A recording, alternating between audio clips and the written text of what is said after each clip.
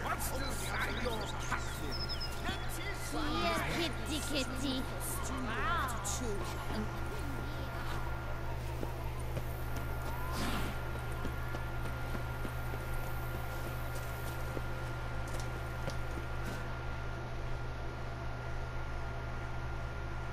Welcome home, sir. I am Barnabas Basil Fawlty.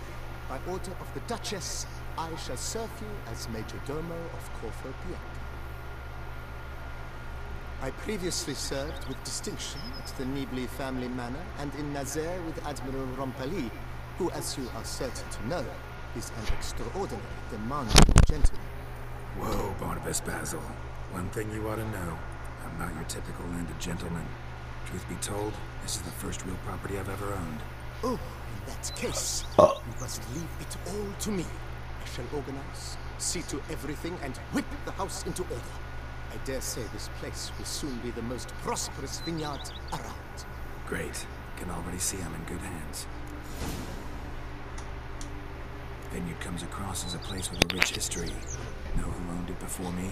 Baron Rossel, who went bankrupt, forcing him to sell the estate to the Duchess. The Baron, in turn, had purchased it from Monsieur Bolius of the Headsman, a truly colorful man of Ketwen origin.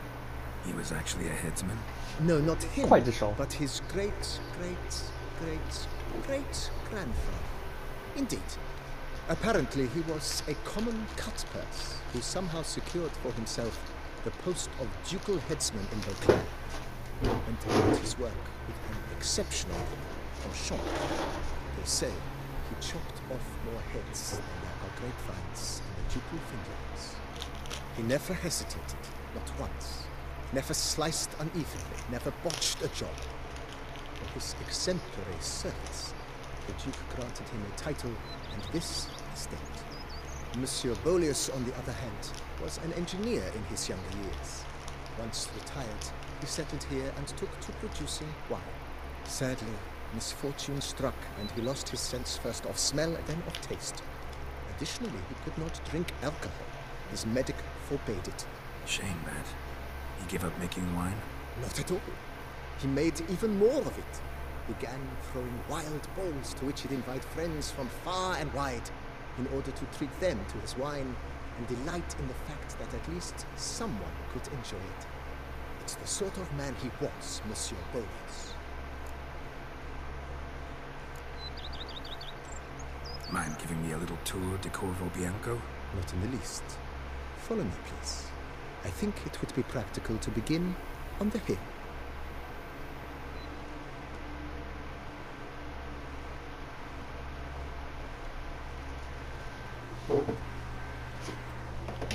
Behold, sir, your estate in all its splendor.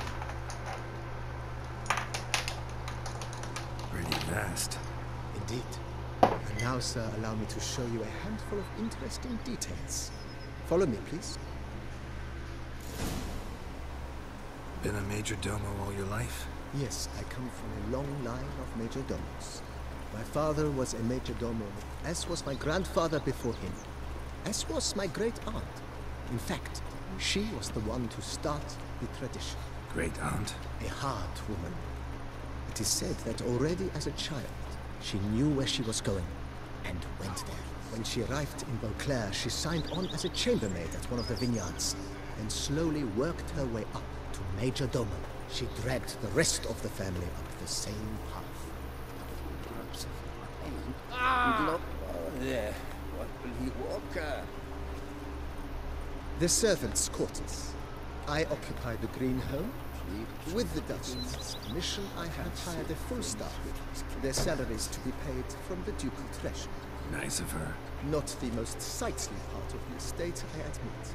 But I think it's worthwhile for you as master of the domain to know where the help stays.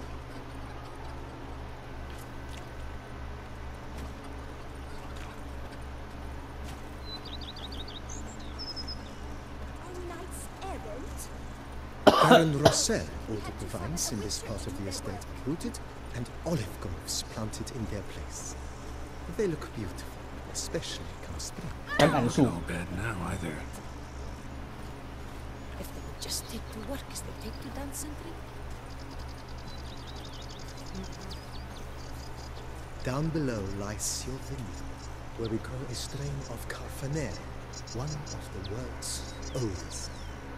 Aged in oak barrels, it provides for an exquisite wine with distinct blackberry, wild cherry, plum, and cinnamon notes.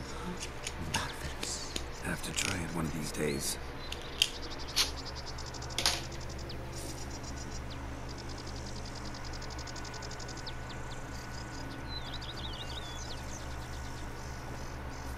Follow me, please. Nice well. Picturesque. Yes, though it ran dry long ago. During the raucous feasts Master Bolius held, he would order it filled with wine. There's a tale about a guest attending the Bolius ball for the first time and thus unaware of the custom. He had suffered great heartburn and had decided to end his life by jumping into the well.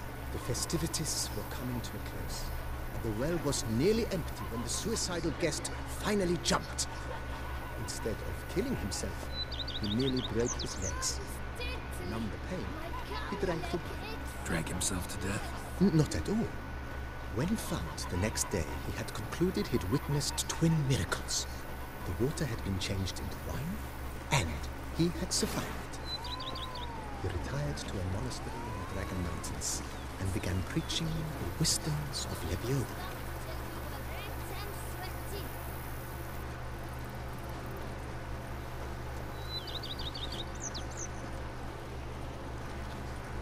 Monsieur Bolius, his wife Nina, kept a garden.